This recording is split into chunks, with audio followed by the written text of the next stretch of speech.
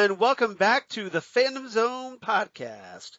I'm one of your co-hosts, Charles Skaggs, back in the Fandom Zone, ready to talk some more Stargirl as we continue part 2 of our 2-part catch-up and discuss here at episode 183. We're talking Shiv part 1, and I'm joined once again by my wonderful co-host and wonderful person, Jesse Jackson.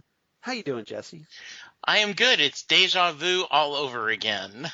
So, yes, very excited to talk. It is not a two-parter on the series, but it feels like a two-parter for us since we are playing catch-up. So, but yes, I'm excited. And interestingly, this is part 1 of a 2-part episode, although this is our part 2. Does everybody got that? Because I'm confused.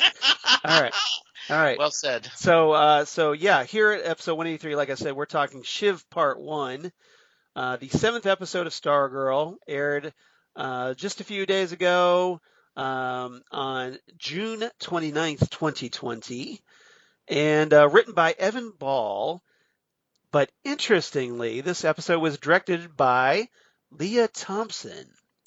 And if you're an 80s fan like yours truly, you remember that name. Oh, hey, that's the actress who played Lorraine Baines McFly in the Back to the Future trilogy. So, yes, Marty McFly's mom directed this episode, and she also, of course, played Beverly Switzer in the movie Howard the Duck, and Caroline, and she was the star of the NBC series Caroline in the City, if you're at all familiar with that show. I didn't watch that show, not as familiar with that one, but I know that she was leading that show for quite a while, so I thought I'd mention that one. Absolutely. So did it surprise you, Jesse, before we get into things, that Leah Thompson directed this episode? It did. When I saw her name pop up on the credits, I smiled and I said, well, that's kind of cool. And I did see that Yvette Monreal, who plays, I believe, Wildcat. Shiv. No. Wildcat. Yeah. She talked about how much she loved having her directed, which is kind of nice to have someone sharing. I did not do the research. I'm trying to do that right now. I don't know how often Leah has directed, but I thought this was a really well done episode, and so that's kind of nice. Yeah, she's been obviously acting since the 80s, and she's directed some other things. Wow. But a lot. Yeah. But this one, it's obviously a little different from other things she's directed, but I think she does a great job with this one. And interesting because this is such a kind of a key episode in the Stargirl mythos because, hey, Courtney gets her arch enemy. She's kind of already had a little bit of an arch enemy with Cindy Burman, but now Cindy goes full supervillain in this one. Mm-hmm. And I think it's going to be a lot of fun to talk about. Absolutely, yeah. I was looking. She's done Kathy Keene, School, The Goldbergs, Young Sheldon, Switched at Birth, and actually a couple of Hallmark movies, two Jane Doe Hallmark movies. So very impressive. I liked this episode a lot. Now I have a couple of nitpicks that, and in the spirit of no prizes, I'm gonna explain my concern, and then I'm gonna give an answer for my concern.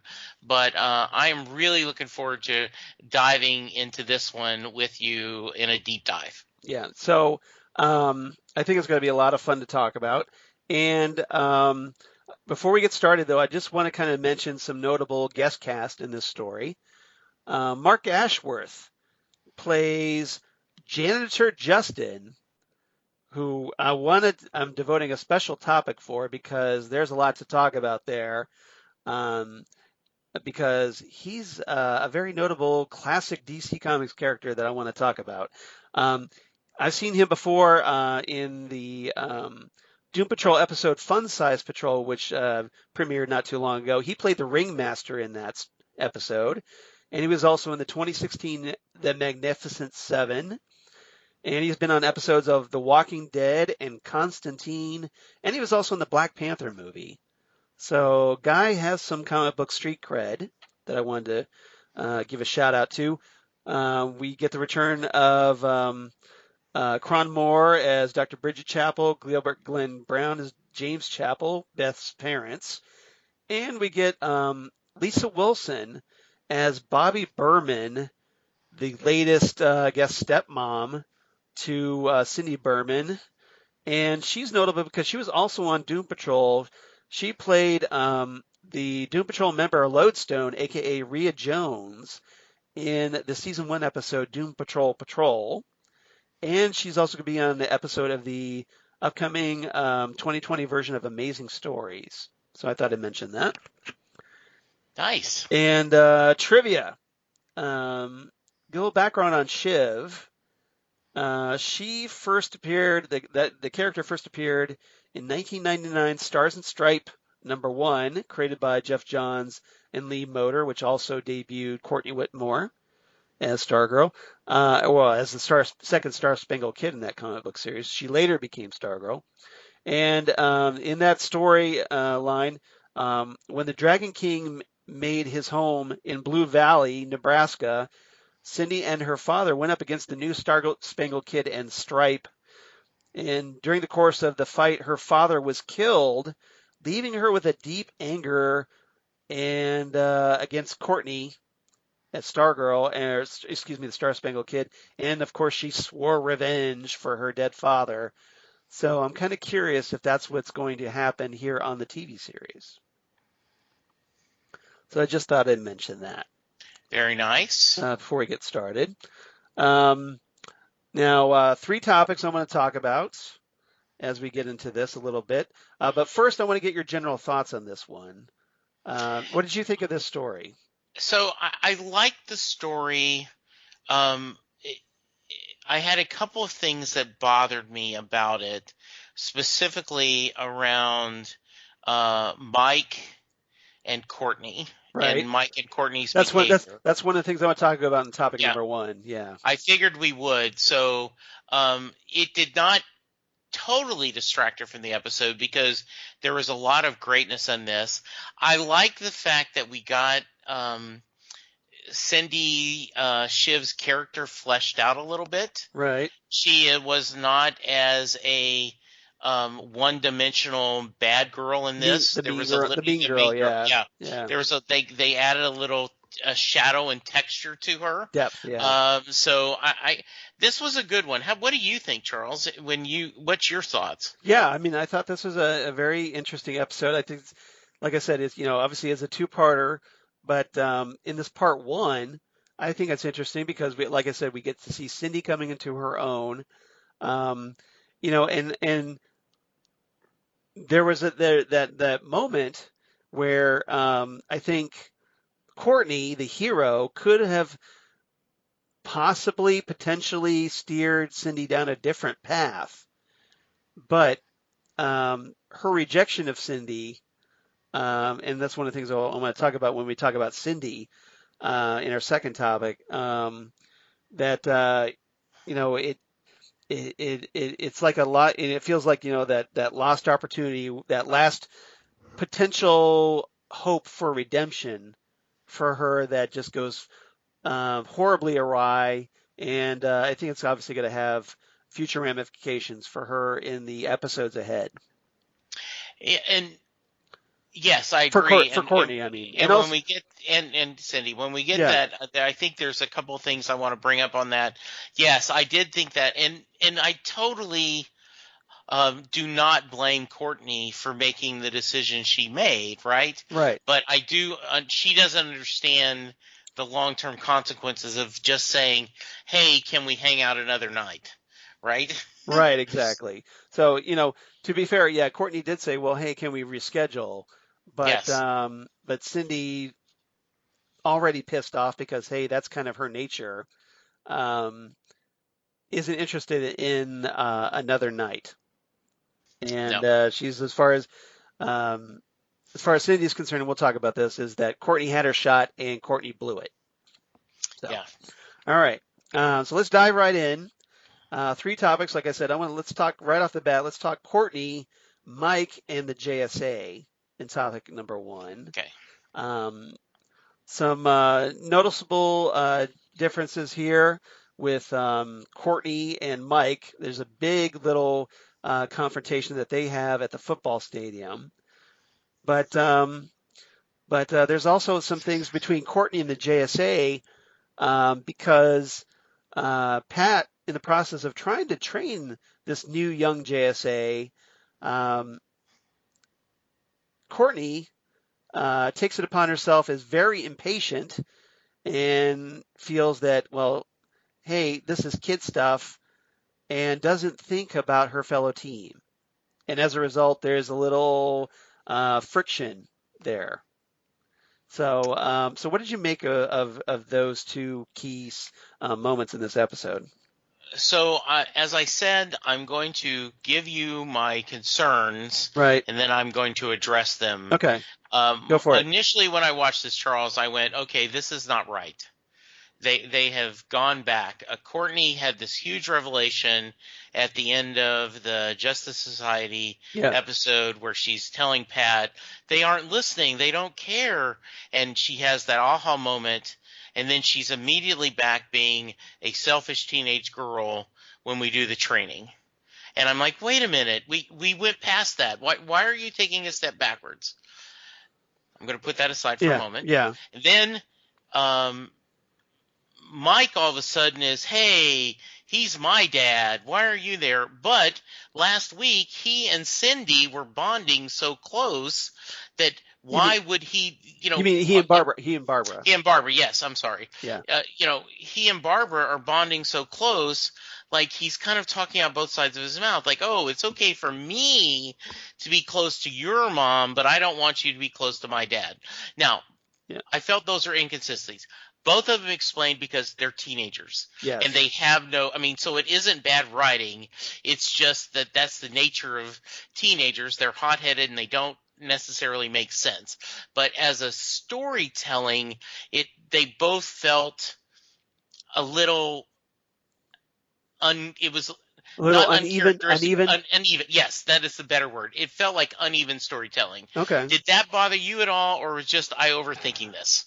Well, I mean, I don't know if you're overthinking it, but I do think that I think they kind of wanted to address the elephant in the room, especially with Mike, is that Pat is spending a lot of time with Courtney. A lot of time. And understandably, because as we talked about in our last episode, that she's trying to become a superhero. She's got now some superhero friends that are trying to become superheroes. And Pat is kind of realizing, well, hey, these kids need mentored. Yes. So he's having to make this investment in time. The problem is that, and it's something that you kind of pointed out, is coming at the expense of Mike. Yes. And because Pat is his natural father, and Mike has still not settled in with Courtney, that he's feeling like, well, you're taking my dad away from me. Yes. And as a result, well, I guess I have to spend time with Barbara because you're taking my dad away from me. So there's a little bit of resentment there, and I get where Mike is coming from. Because, hey, you want to spend time with your dad, and then you see this new stepsister who you're not all that close to yet, kind of hogging his time, and being young, and it feeling like that, it's you're taking him away from me, and I'm feeling a little abandoned here, a little bit. Yeah. Yeah, and I think he's already been close to Barbara, but in his mind, because he's a teenager, and not just teenagers, all of us self-justify our actions, he's going, but it's totally different that I'm spending time with your mom. Yeah. Like she's helping me with my science project, and we're bonding over candy and Pop-Tarts and doing things, But that's totally different than you monopolizing my dad. Yeah. I'm doing this because I'm trying to build a family and I'm loving. And so he doesn't see the two-sidedness on it. All he does is he feels, and I talked about last episode, at this point, Pat does not look like a good father to me. Yeah. Now, I get there's circumstances, and we are looking at a small slice of time and Pat probably is a very loving and caring father. I don't think he's a bad father, but I think he needs to be a better father. Yes, well said. Yeah. So those were my two, and I got past them quickly, and I'm like, I made notes, like, okay, I got to talk to Charles about this, because I'm not saying it made me dislike the episode. It stood out to me as a little bit, as you said, uneven. I explained to myself and moved on. But I do think, and you're well said, to give Mike some time. Yeah. Yeah. Yeah, I think it's a situation where Mike doesn't feel like he's monopolizing Barbara's time like Courtney is monopolizing Pat's time. Right. And so, because Mike is younger, and we still don't know the circumstances. If you think about it, we still don't know the circumstances of what happened with Mike's mother. We have gotten zero explanation of why Pat is a single dad. We don't know who she was. Is this a divorce? Is he did a she widower? die? Yeah, we don't know. We don't know. So I think maybe because of that breakup, maybe he feels like, his dad is all he's got. And so he's more desperate, I think, being younger, that he feels threatened by Courtney. Absolutely. I agree. And he made no bones about telling her that. And because he even says, like, hey, I'm not at your mom's hip 24/7. And but I think it's just something that Courtney is going to have to figure out and sit down with Mike. And obviously, maybe it's going to have to come to the point where Mike is told that Courtney is Stargirl. There was that little moment when they were talking about teaching him to drive. Right. And where Barbara says, you should have talked to me. Yeah. And Pat says, I do want to be honest with you. And Courtney is sitting there going, Ixnay on the quality. Yeah. Yeah. And I thought that was a nice moment. Yeah. Yes, exactly. Yeah. So we'll see. But eventually, obviously, the truth is going to come out at some point. Just a question of when and how. And it's going to be up to Pat and Courtney to decide whether they want to control that situation or not. Yes. Or if it's going to control them, I think. Yeah. So Courtney and the JSA, you mentioned that this was kind of a step back for Courtney. I think it was a little bit, but I think it was more, Courtney has accepted that she needs training and that the group needs training. The problem, I think, with Courtney, though, is she's feeling, well, I can do this already. And she showcases that, hey, she can do this already. But the problem here is that she's not thinking that the others can't, that this is brand new to them. And it creates this friction with them because especially Beth is like, look, I have zero fighting skills. I need to learn how to do this if I'm going to be a superhero. And and Wildcat and Hourman are like, well, this would have been a good training exercise for us to learn how to work as a team. And Courtney, she realizes it, but only after she's destroyed all that kind of goofy gym equipment that Pat set up. And and I think it's going to be this is another learning lesson for Courtney that it's not just about her. It's about her team. And she's going to have to accept that, that there's other people to consider here. Yeah, and I think, even as they discuss Charles, we're going to learn to drive, and you need to learn things. She's like, no, I just want to go back to our early analogy. She just wants to get up on a gig and play. Yeah. She doesn't want to spend the time rehearsing and learning everyone's parts, learning how the different musical instruments are going to blend together.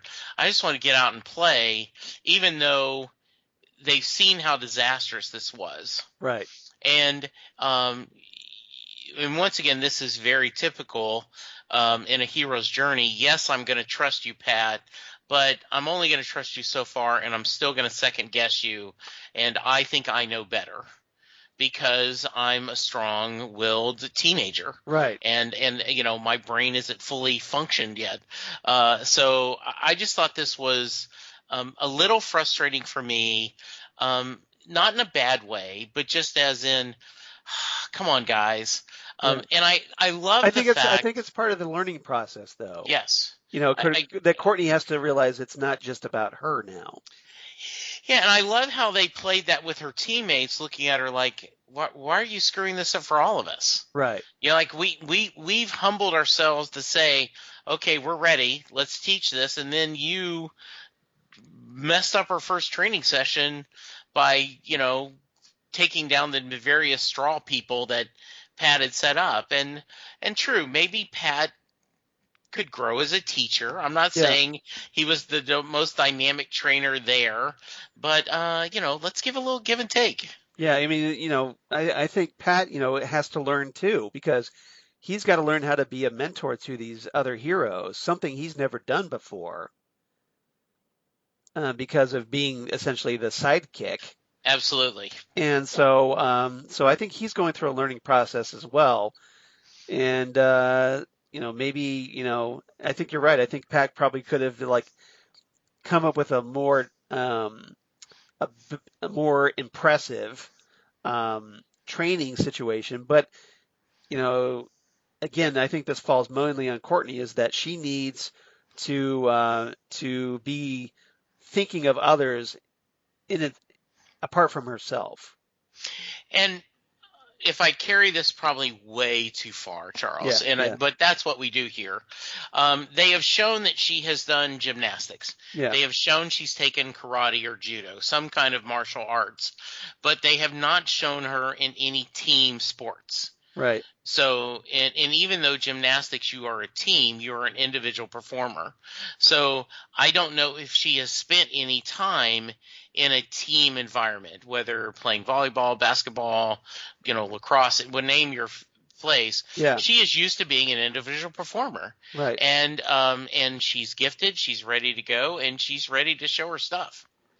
I think something else to consider here is that I think the point of this episode is to kind of contrast Courtney's struggles to become a superhero against Cindy's struggle to become a supervillain, and showing that they all have, their personality flaws, and how those flaws are affecting their development.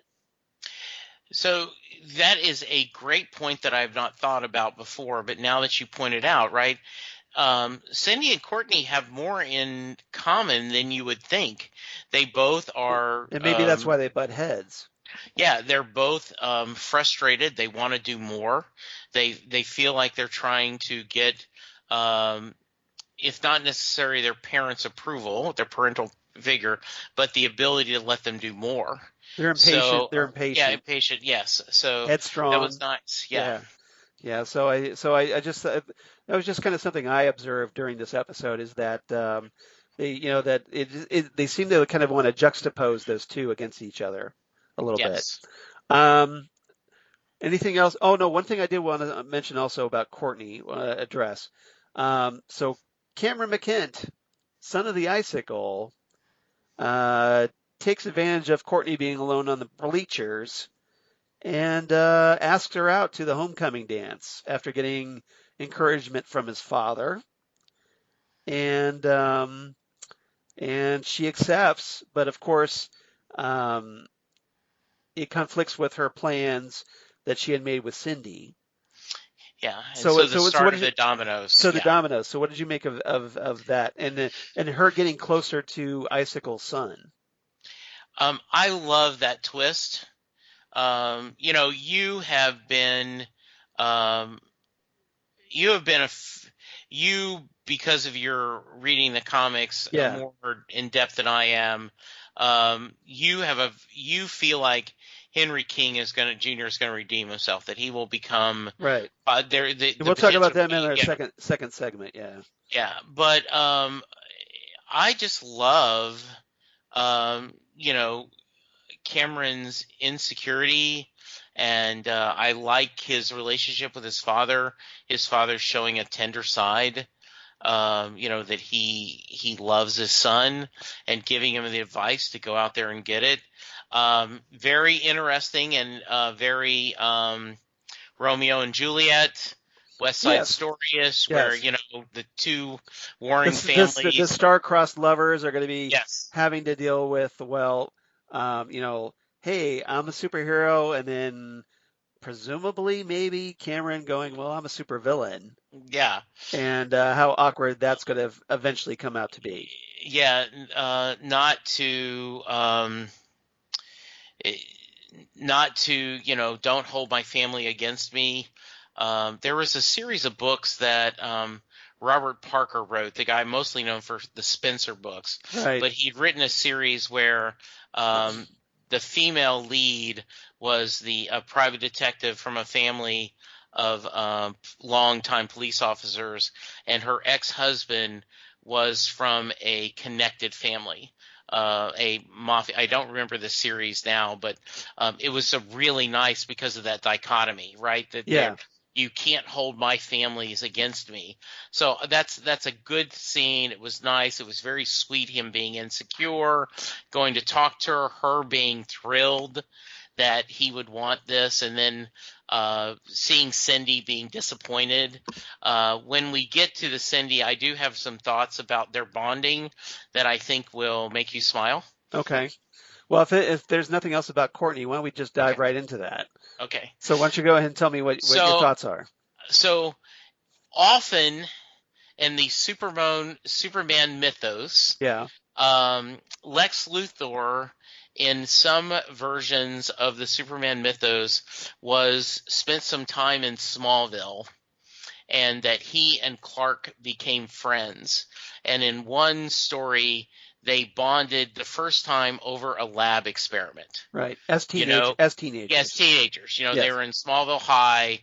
They get assigned to be lab partners. They Yeah. start In in the connecting. in the And, classic eras, yeah, yeah, they were friends in Smallville, and yes. And so seeing that, them bonding over an experiment, where Cindy, oh, I've been doing this stuff forever, and Courtney being impressed, and them working together. That little bonding reminded me a little bit of Golden Age, Silver Age, Lex and young Clark, right? right, a little bit.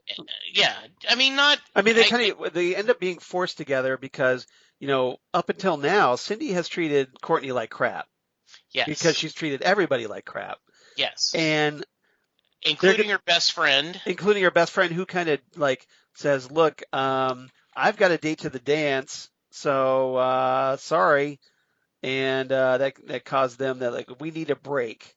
Yes, So Cindy's even more pissed off today, yeah, because and she's like, I'm sorry, her friend is like, look, it's always about you. It's everything you, and like this has got to be a two-way street. right, And Cindy is not happy with that at all. no, she's not, and so she goes into like they get paired up in chemistry class because nobody else wants to be their lab partner, and to be fair, to give credit to Courtney, she reaches out. She does. And she reaches out to Cindy to say, "Hey, you want to be lab partners?" Um, Cindy kind of like reluctantly goes along with it, and they actually start working well together, especially with Cindy being such an so proficient at chemistry. And I thought that was a nice point where Kidney like, well, I don't see anyone else wants to partner with you. Yeah, And they do. There was a nice connection, and the teacher comes back and goes, "Great job, you two." yeah. And So it kind of sets them up to where they make plans to go right, instead of going to that lame homecoming dance. yeah, They agree to hang out. And that's where it sets up later on when Courtney has to break those plans. Yeah, uncharacteristically, Cindy is feeling a little bit of warmth, maybe. She senses something about Courtney and decides to show a little humanity, a little warmth. Right. Okay, well, let's do this. I'm going to throw you a bone. And then when Courtney, in her mind, in Cindy's mind, rejects her, like, how dare you? I am this awesome person, and I've given you the chance to be in my company, Right. and I'm being overly dramatic, but how dare you reject me? Well, I should never have, warmed up to you to begin with, and you're done with me. Yes. I'm done done with you. Yeah. yeah. Like it was a nice twist. I liked it a lot. Yeah. And um, it just shows that there was that moment there a little bit that maybe Courtney could have done. Now, obviously, with Cindy's temperament, who knows how long that moment would have lasted before Yes. Cindy was Cindy again. But there was at least a glimmer of potential there. Yes. And unfortunately, it was lost. Yeah. And as a result, um, it's just basically now they're locked into this like I am we're now arch enemies with one another, Hmm. and we'll see how that plays out. Now Cindy later on, she returns home from school, and this is where we finally get to peel back the curtain of the mystery of Cindy Burman, where she returns home and she's got like we meet Bobby Burman, her latest stepmom.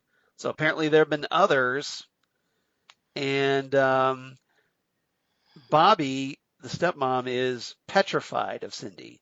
Petrified. Um, Cindy obviously feels that she is in complete control and orders her stepmom around, tells her to bring her a bottle of Pinot Noir, and even when Bobby tries to like, well, you're kind of underage for this. Um, Cindy looks at her like, look, I'm going to do what I want.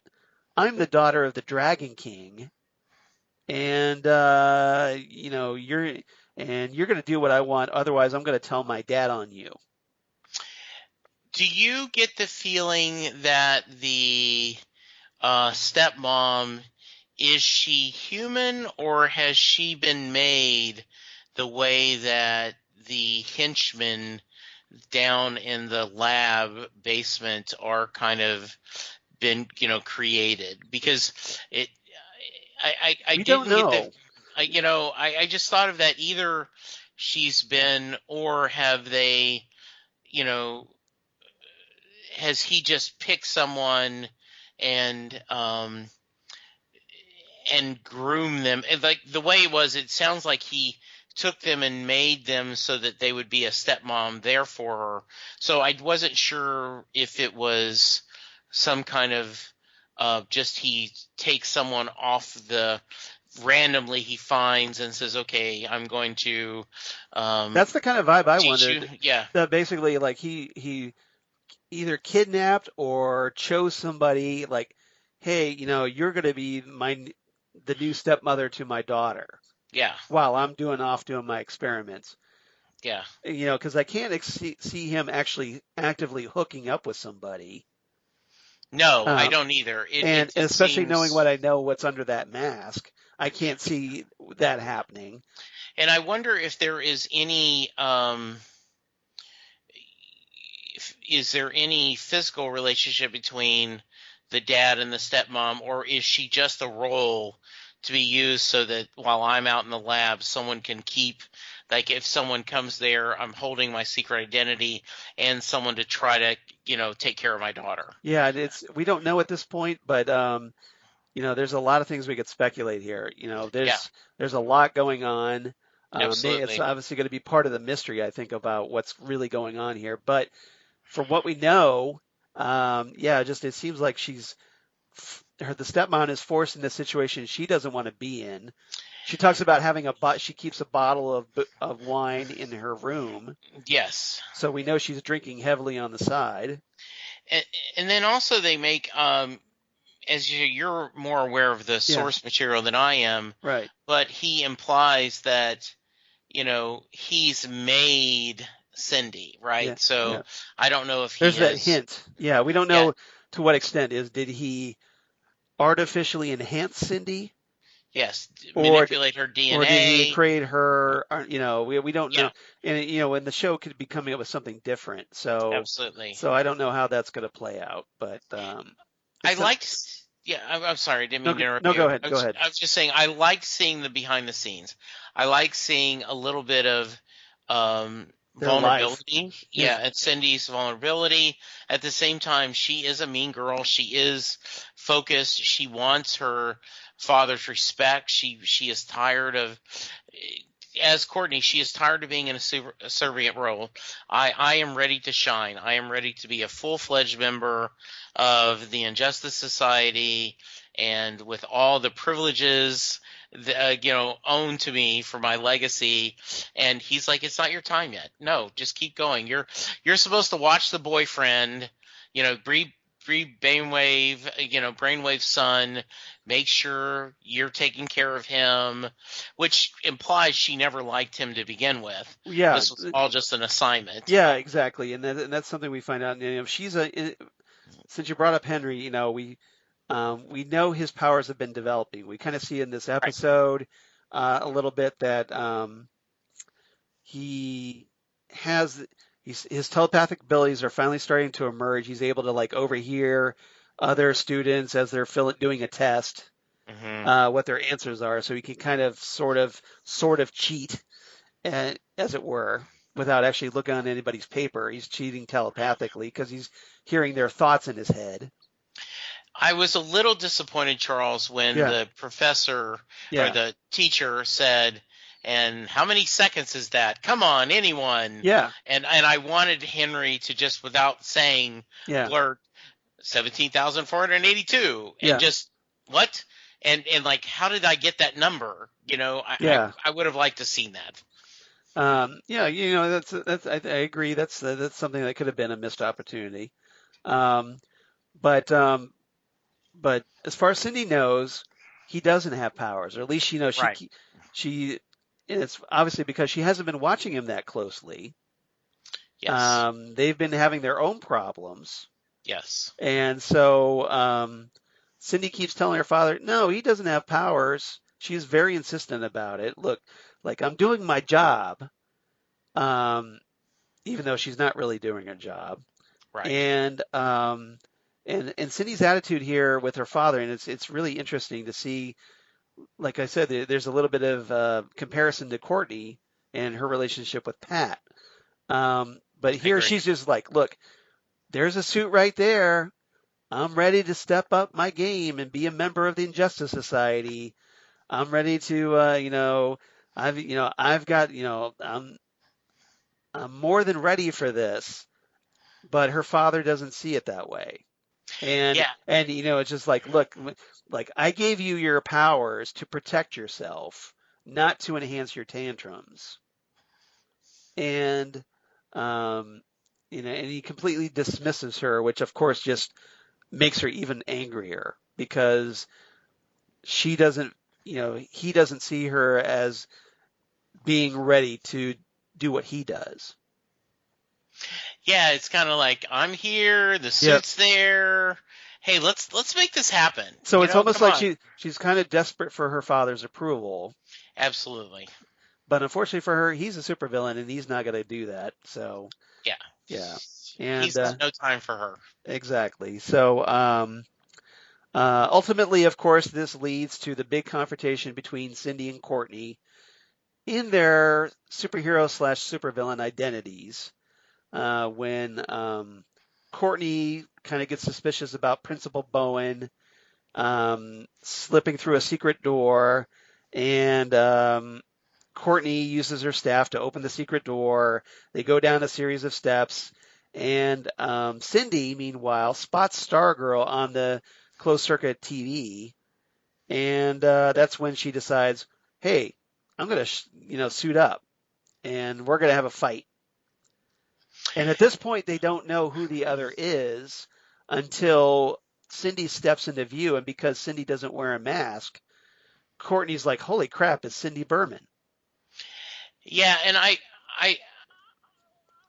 one of the things I've loved is Pat's insistent the wizard is a guy. No, the fiddler is a guy, Yeah, and they get no, she's not. Oh yeah, she is.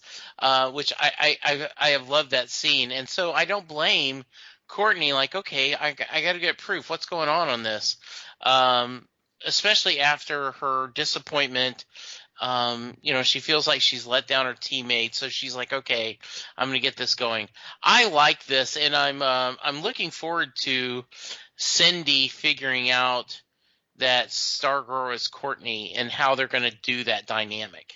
yeah, Mhm. and we'll see how that dynamic plays out because um, obviously it's going to be now that yeah, Cindy now knows Courtney's identity, and I'm sure that's going to be a big factor in part two, which we'll talk about next week.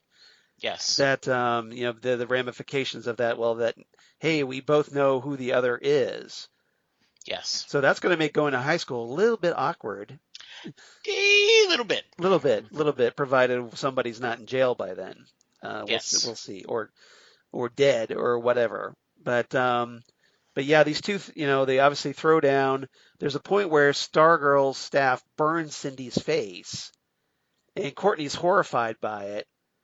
Although Cindy's face heals up instantly, so it's kind of like Wolverine that she has this healing factor, and so that's going to make her obviously even tougher to defeat, I think. yeah, and it's interesting too that which goes back to feeding the mystery. Right. Has she been enhanced? Is she? Yeah. Has she? Well, you did say, Or is like I said, her father said, "I gave you these powers to protect right? you." So that kind of makes me Yes, think enhanced. yes, I think so too. Yeah. That's my theory, at least. We'll see what plays out. But I think she's been genetically enhanced by her father. I agree. That's my guess, anyway.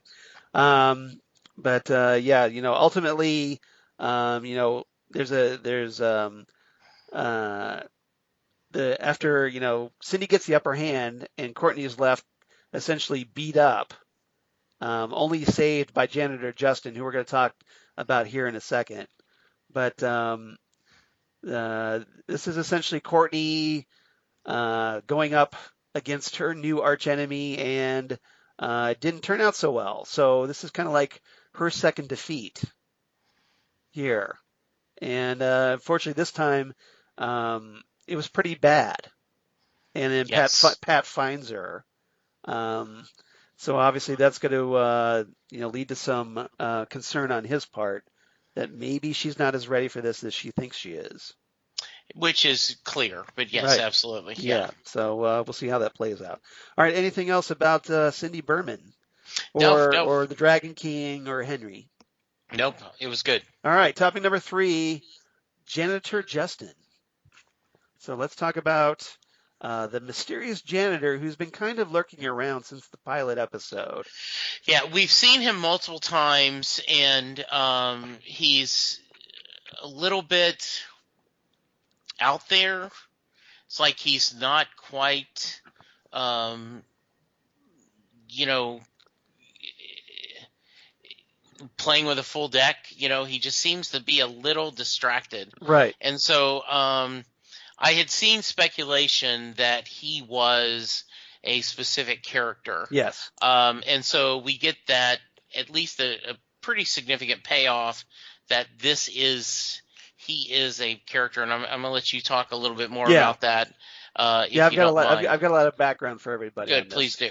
Okay, so after watching this episode and knowing the title of an episode that's coming up, and also familiarity with the comic book, Yes. I can pretty much confirm that Janitor Justin is in fact Sir Justin, and or to be more specific, a classic Golden Age DC Comics superhero known as the Shining Knight, and who first appeared in 1941's Adventure Comics Volume 1, number 66, created by a guy named Craig Flessel. And originally, he was the newest member of the Knights of the Round Table in King Arthur's court, way back in the day. And apparently, he was one of many knights who had witnessed the death of Queen Guinevere's cousin, Sir Fallon. And Fallon revealed that his attacker to be this ogre named Blunderbore in his last breath. So, just a little background here. So, Justin vowed that he would avenge Fallon's death and search for Blunderbore. And on the way, he met and freed the wizard Merlin, who was trapped in a tree previously by a witch. And to thank Justin, Merlin transformed Justin's old rusty armor into golden, comfortable, and shining armor, hence the name the Shining Knight, that was invulnerable, and made his sword and shield invulnerable as well. Justin's sword was so powerful that it could cut through anything. And Merlin also gave his horse Victory giant bird-like wings, kind of like a Pegasus, and that allowed him to fly and gave him the new name Winged Victory, and also made him invulnerable. So eventually, of course, they confront he confronts Blunderbore, but right before Blunderbore dies, he causes this avalanche, which buries Justin in Winged Victory, and it kind of puts him in suspended animation, kind of like Captain America. And they wake up in the year 1941 during World War II, and they get released, and eventually, he starts fighting crime as a knight in the 20th century, and then eventually becomes a member of the Seven Soldiers of Victory, this group that, hey, the Star-Spangled Kid and Stripesy used to be members of.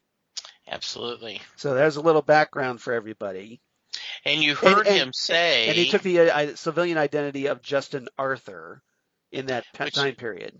Nice. Yeah. Justin Arthur. Yep. You heard him say Stripesy in the episode. So he recognized Stripesy, exactly. So, yeah. So my question now is, well, does the Seven Soldiers of Victory exist in this continuity?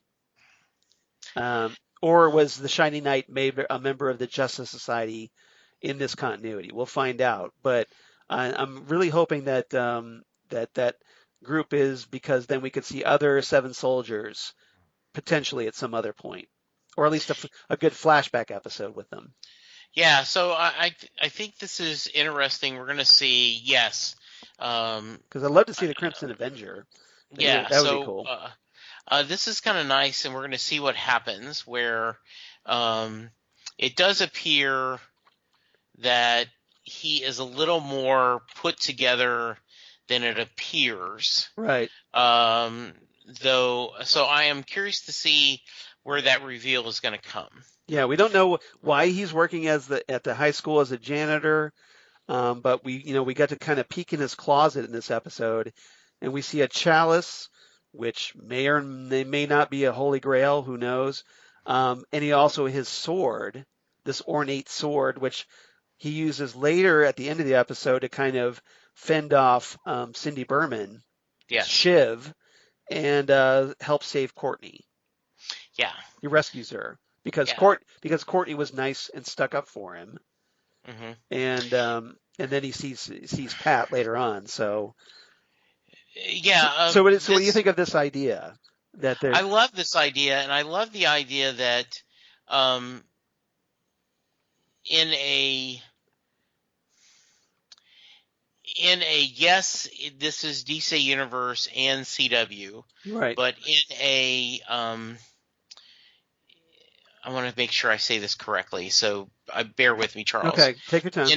In a mere TV show, yes, not a big budget film, right? Not in a standard TV show, yeah, not a HBO Game of Thrones elaborate. In a standard TV show, we are exploring so much of the classic DC universe and exploring it in such a way that hasn't been done. Right. I mean, we've had a little bit in Arrow and Flash, but most of that has been Black Lightning Legends of Tomorrow, they've set up their own worlds. Yeah. This is really relying heavy on what has happened in the DC universe, whether it's the Golden Age, Silver Age, and it's just I love this, that they're finding a way to do it while remaining a budgeted show, and doing this has been really nice. Well, one of the cool things I think I really enjoy about this show is that it's the golden age, DC's golden age of comics. Like basically like we're talking like the 40s up until I want to say like the 60s. Yeah. The dawning of Barry Allen becoming the Flash, really. Right. When the Silver Age takes over in the late 1950s. That it's a period that isn't explored very often in Arrowverse shows or in DC Comics movies or whatnot. We don't get to see a lot of that, but it's this playground that has yet to be really used, and so there's a lot of characters that are being introduced here that we haven't seen before, and so it kind of helps flesh out the whole DC universe world, I think, to the masses a little bit. And back in the day, you are a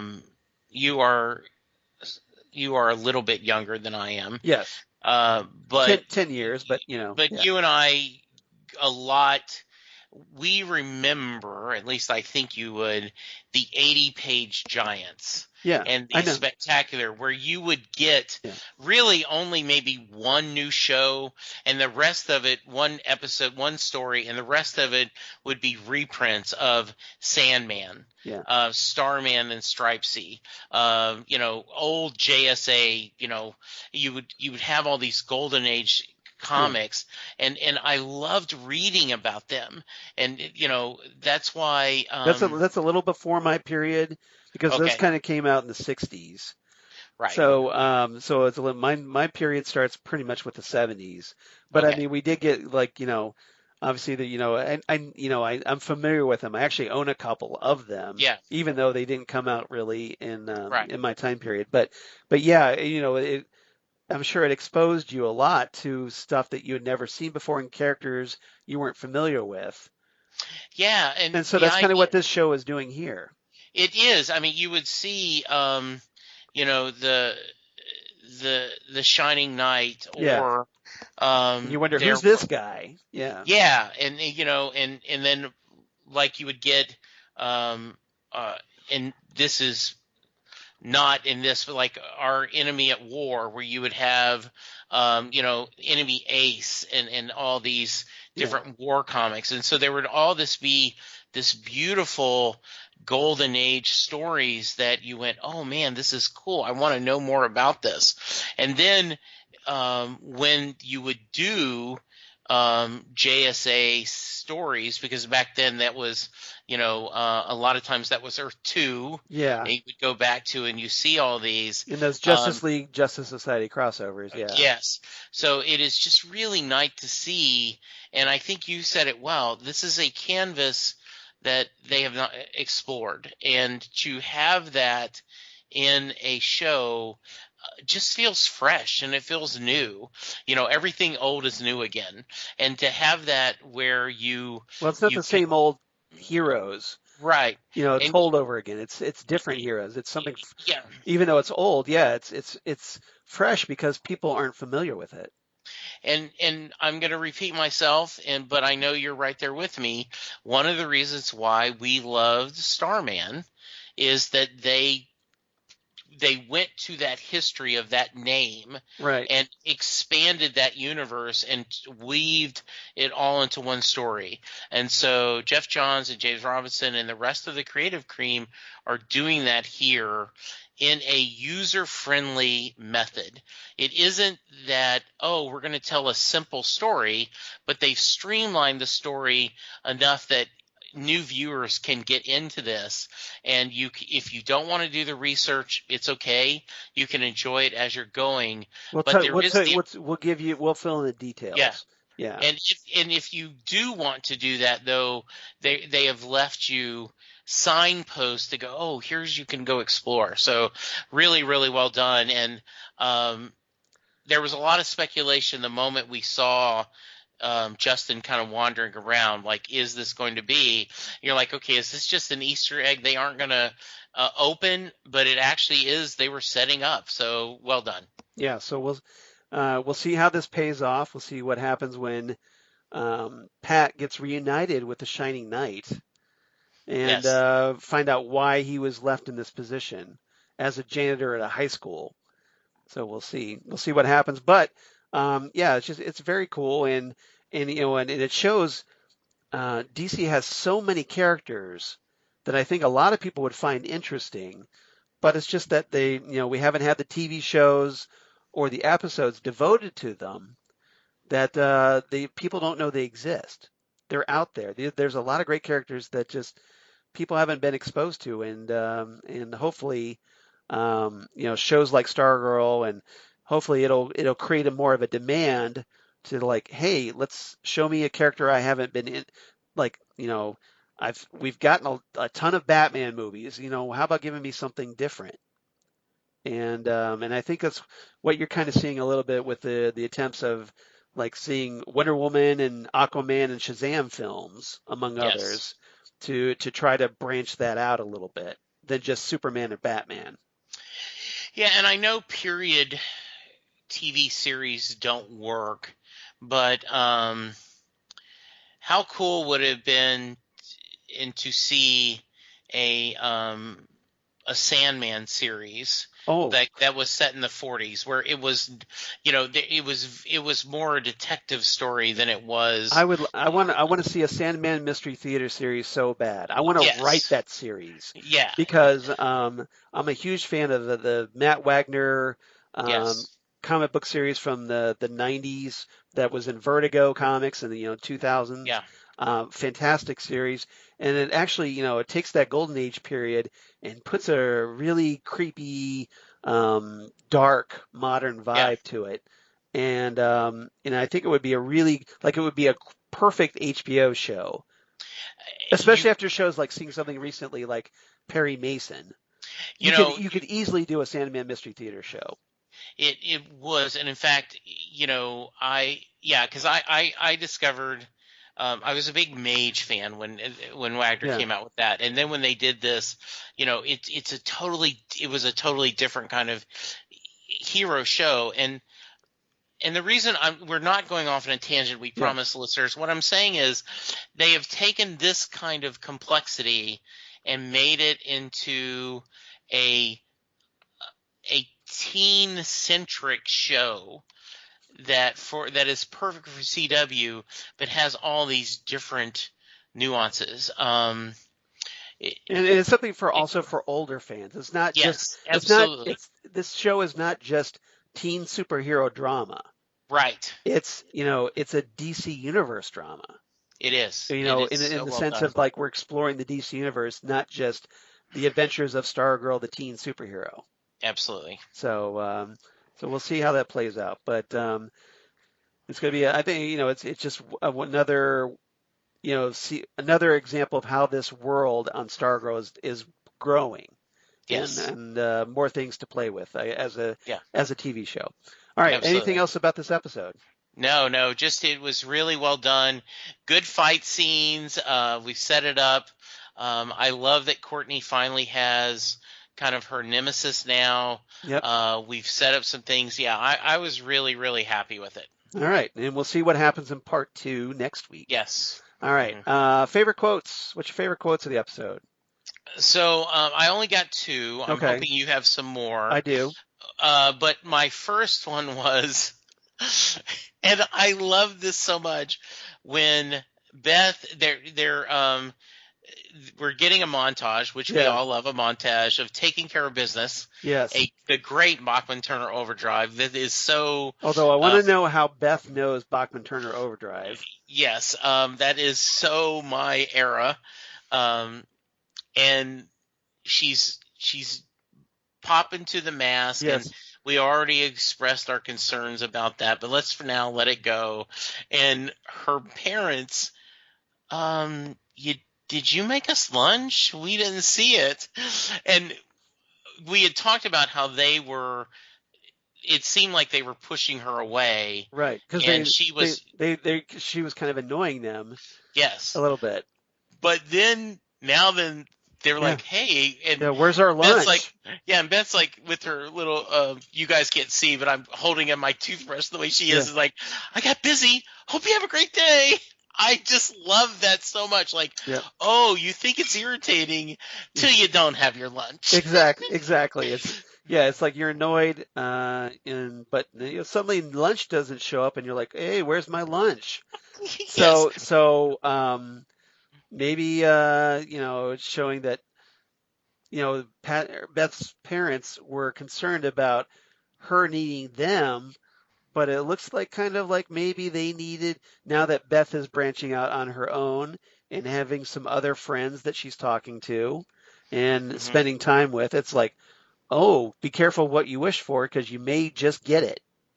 And that whole sequence was enjoyable. Watching, Wildcat, spar and Yeah, working, and it was just really well done. everybody doing their thing, Yeah. and just that, yeah, hmm that it was kind of a fun little moment, fun little exchange at the beginning. All right, what's your other quote? My only other quote is, and I just love this because it seems so out of nowhere till we find out more about Justin. There is no book so bad that it doesn't have something good in it. As he's looking at Cindy, a lot of truth to that, and also kind of as we've explored more of Cindy, and they gave her shadows this time, some death. She still is a villain, and we get that, right? Yeah, But it's I like that shading. How about yeah, you? yeah. I've got a few quotes here. Cindy and Courtney, as they're doing their chemistry experiment. Cindy's looking at Courtney, going like, "What are you staring at?" Courtney says, "You haven't looked at the directions once." And Cindy says, "Yeah, this is child's play. I literally did this as a child." So I thought Yeah, that I was, like that. And I've already told you how much I love those lab scenes. I just felt really good yeah, about it. yeah. And then Bobby, Cindy's stepmom, or second or third stepmom, and Cindy going, Bobby says, "I do hope it was nice." And Cindy replies, "Do you? Do you really hope that I had a good day? Because if I were you, I would be praying I would be hit by a car." Just showing that cruelness Yeah. and just that sheer um, animosity And setting that up she that feels. Bobby can't win. Yes. If she's cold to her, Yeah. she's going to use it against her. If she tries to be nice, she's going to use it against her. No win She is in scenario. a no-win scenario. No wonder she is doing a Yeah. lot of drinking. Yeah. Let's see. Pat talking with Rick and Beth. And Pat says, "We need to go over two crucial categories. One, what you guys can do, and two, what the bad guys can do." And Rick says, "We know what we can do. I can hit things hard. Yolanda can climb up walls and kill toasters. And Beth can talk about everything." And Beth chimes in, "Happy to." And Rick Yes. says, "And Courtney has a glow stick that can blow things up." Pretty good summary. I mean, I think we Yep. need to expand a little more, but yes, very clever. Yeah, and then lastly, Dragon King telling Cindy, like, "I gave you powers to protect you, not enhance your tantrums." So I thought that was good. All right, what's your rating? Jesse, why don't you go first this time? So I give this a little bit less than last time, but still enjoyable. I give it 8 out of 10 swords in a mop bucket. Oh, close. Nice. So you sort of stole mine, but that's okay because I kind of sort of stole yours last time. So I really like this one because, hey, I love it when the hero really throws down with her archenemy. And this is where Courtney finally finds her archenemy after being teased for so many episodes. So I give this one 8.5. I was going to go with Shining Swords, but because Shining Knight, get it? And Yes. then so I'm going to go instead with, let's see here. I'm going to 8.5 burned Shiv faces. Nice. So Very let's nice. go with Good. that. All right. Yeah. So don't have any fandom zone news. I kind of talked about that in our last episode that we just did today. Hmm. But I do have another feedback from Ken from Chicago in our Yay, Ken. in our fandom zone fan mail. So I just got this today. So he just slipped this in under the wire. Very nice. So let me take a drink here because Ken can write a long email. Well, he warned us, remember? He Because did. he said, okay, be He careful did. what you ask for, because he Yeah. was tweeting us. Right. And so we appreciate that. Well, I Yes. think the letter kind of focuses him a little bit. He's kind of still a little bit all over the place, but I think the emails focus him a little better than multiple tweets, I think. At least that's my opinion. All right, so Ken writes in this time about Shiv Part 1. He says, hello, Charles and Jesse. Zoners. Yep, Zoners. Stargirl tuned in for another good episode this week. He breaks it down to good, bad, and wah. Good. Nice to see the character development of our heroes. They are kids and they act like kids. While Courtney's stubborn and impatient to get into the fight, as she has been since day one, the other kids learned from their drubbing last episode and that they needed training. I like their disappointment when Courtney showed off her skills and ruined the training equipment despite Pat asking her to stop. It was another lesson she needed in not being just being a hero, but being on a team. I also like that Pat wasn't just training them on how to fight, but informing them about their opponents, even if the kids didn't appreciate it at the time. Of our villains, it's nice to see major development of the mean girl, Cindy. Wow, wow, wow! Don't growl. Not sure what that's a reference to. I love the fact that some of the villains' families are in on the secret and some aren't, because of course that's how real criminals act. I love the chafing between the villains despite their successful infiltration of Blue Valley. As far as the janitor, I thought the janitor would be the original Starman, Ted Knight, keeping tabs on Courtney, his daughter, but this was unexpected. I wasn't familiar with Shining Knight, only his Marvel Comics counterpart, the Black Knight. And that's a character a lot of, as a side note, fans are going to get introduced to whenever we get to see Marvel's Eternals movie. So a little heads up there. And he's going to be played by a very familiar star that was in Game of Thrones, Kit Harington. So stay tuned for that. Of our hero, the show is called Stargirl, and ultimately it's her story. She learned the hard way the folly of taking excessive risks, not getting help, not having proper training. Shiv taught her those lessons at the School of Hard Knocks, knockdowns, kicks, beatdowns, etc.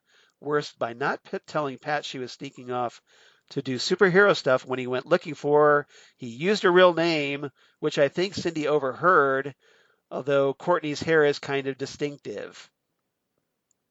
Yeah, Pat was very careless with that, in my opinion, but he didn't know that she was dressed up as Stargirl. I think, to be fair, she barely survived her fight with Brainwave, but this is the first time she was completely knocked unconscious. This hopefully is the rock bottom that she needed to hit before starting to heed Pat's counsel. The bad of the episode, ever since I read a review, I can't stop seeing it myself. The hand-to-hand fight scenes look weightless, quote unquote. For some of the stunts, it looks like they are using wires and digitally remove them, but it's enough that you can tell. Arrow set the standards in fights with weight. Batwoman also does good fight sequences, but when they have Batwoman landing, that feels a little weightless. A simple fix would be to do what they did in the MCU with Winter Soldier Onward, is filmed 22 frames per second.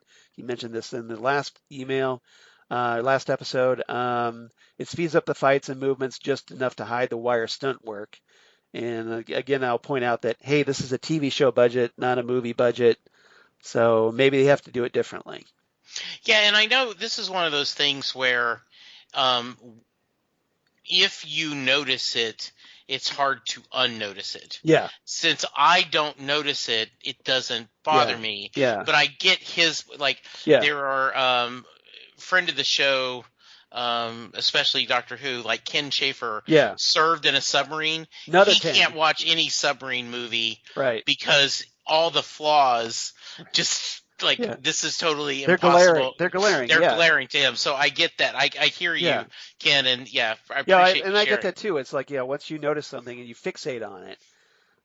So for me, the trick is like try not to fixate on it right off the bat, Hmm. and then doesn't become a problem. But sometimes that's hard. So Yes, absolutely, yeah, it's not a hard and fast rule by any means. absolutely. And the Wah, Dragon King's family situation, and is Cindy an adult in a child's body?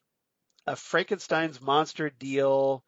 Dragon King had asked for Wizard's corpse brought back to life. We don't know yet. I think she's just an enhanced human, personally. We'll see. Several corpses stitched together and brought back to life? Question mark. So many questions, but in a good way. I'm looking forward to the answers. Excuse me. And so my rating for Stargirl episode 7, Shiv part 1, is 9 out of 10 stars. So he Nice. really liked the episode as well. All right. So Hey, thank you, Ken. I really appreciate Ken sharing. That means a lot to me, and I know you appreciate it too. That's great. Exactly. So if you want to be like Ken, and please do, write to us. Fandomzonecast@gmail.com. That's fandomzonecast@gmail.com, where we can read your email on the air, just like we did with Ken, or just drop us a line. Let us know what you're thinking of Stargirl the series, or how we're doing our podcast, or any suggestions or thoughts. Let us know. We'd love to hear from you. Or you can reach out to us on Twitter at Phantom Zone Cast on Twitter, or on Facebook, the Phantom Zone Podcast, or on Instagram at Phantom Zone Podcast. We'd love to hear from you. Please like and follow us, and please share our links and stuff if you would be so kind, because that helps people find us and grows our podcast, and hopefully we get more people writing in, because we'd love to hear from more people. So Yeah, we really would like you to, just find someone, go on social media, share with other Stargirl fans, and share with fans who maybe haven't been watching this series, because I think it is a worthy addition to the Arrowverse, DC TV series. I just think this is something pretty special. yeah, so I think if you enjoy what we do here, and you deem it worthy, any help that you could provide would be greatly appreciated. Absolutely. And Jesse, where can they reach you on the interwebs? So I can be found on Twitter at Jesse Jackson DFW. You can find me on Facebook and Instagram, but most of my social media I do on Twitter. If you are not listening to Charles and I talk all things Whovian on Next Stop Everywhere, we really want you to join us. It's a fun time. If you're new to the Who universe, by the way, giving you an update, I will talk to that Next Stop Everywhere. My coworker is now on to the Tennis Doctor and is having a blast. Yay. So that is good to know. Good. I am on Set Listing Bruce is marching toward its 5-year anniversary. Wow! Happy up in September. Yeah, happy it's in September, and so I am working on a special episode. Charles can join me on again to celebrate that. So okay. Thinking about that. So Set Listing Bruce, the Bruce Springsteen pod, to set that out. And normally Charles and I are talking all things Titans in our Titan Talk episode, but right now he and DJ Nick, our brother in all things podcasting and Brendan, are talking the Doom Patrol on Titan Talk. Yep. So why don't you go from there and tell us where else they can find you, Charles? Well, of course you can reach me at Charles Skaggs on Twitter, at Charles Skaggs on Instagram, Facebook, of course, Charles Skaggs in Hilliard, Ohio. And my blog of geeky things. Come on, you. Damn good coffee. And hot. Damn good coffee and hot. Where I talk about all the stuff we talk about here on the Fandom Zone. Your comic book sci-fi news, your comic book TV news, news of my other podcasts I do for Southgate Media Group, including the aforementioned Next Stop Everywhere, the Doctor Who podcast, where Jesse and I are going to be talking this very episode. I'm holding in my hands Yes, that's physical media, youngins. For those of you who vaguely remember such things, as we talk the chimes of midnight on Next Stop Everywhere, we're going to be So doing that good. later this week. So It's good. going to be a lot of fun, and then also Titan Talk, the Titans podcast, where as Jesse said, DJ Nick, friend of the show, and I are currently discussing Doom Patrol Season 2.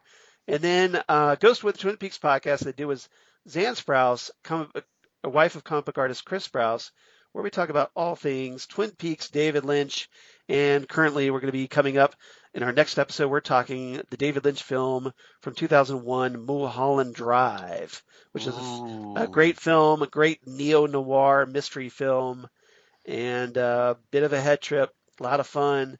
Highly recommended for film geeks, and it's going to be a lot of fun to discuss. So stay tuned for that. Otherwise, next time on the Fandom Zone, here at episode 184, we're going to be talking, you guessed it, Shiv Part 2, Part 2 of this two-part storyline. Find out what happens to Courtney after a big beat down at the hands of Shiv, and oh hey, what is Shiv going to do now that she knows Courtney's secret identity? Dun dun dun.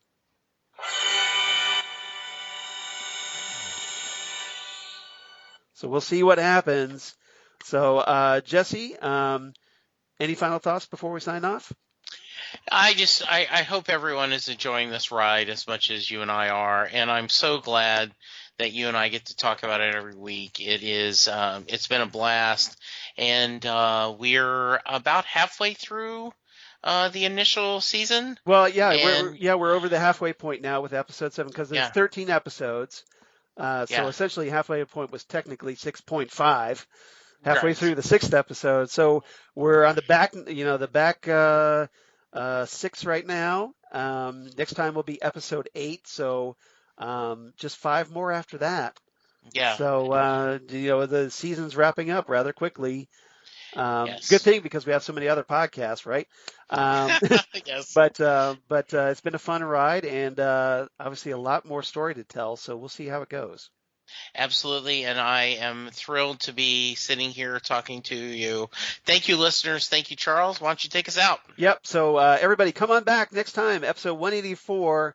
We'll talk Shift Part 2 right here on the Phantom Zone podcast. Goodbye, everybody. Goodbye.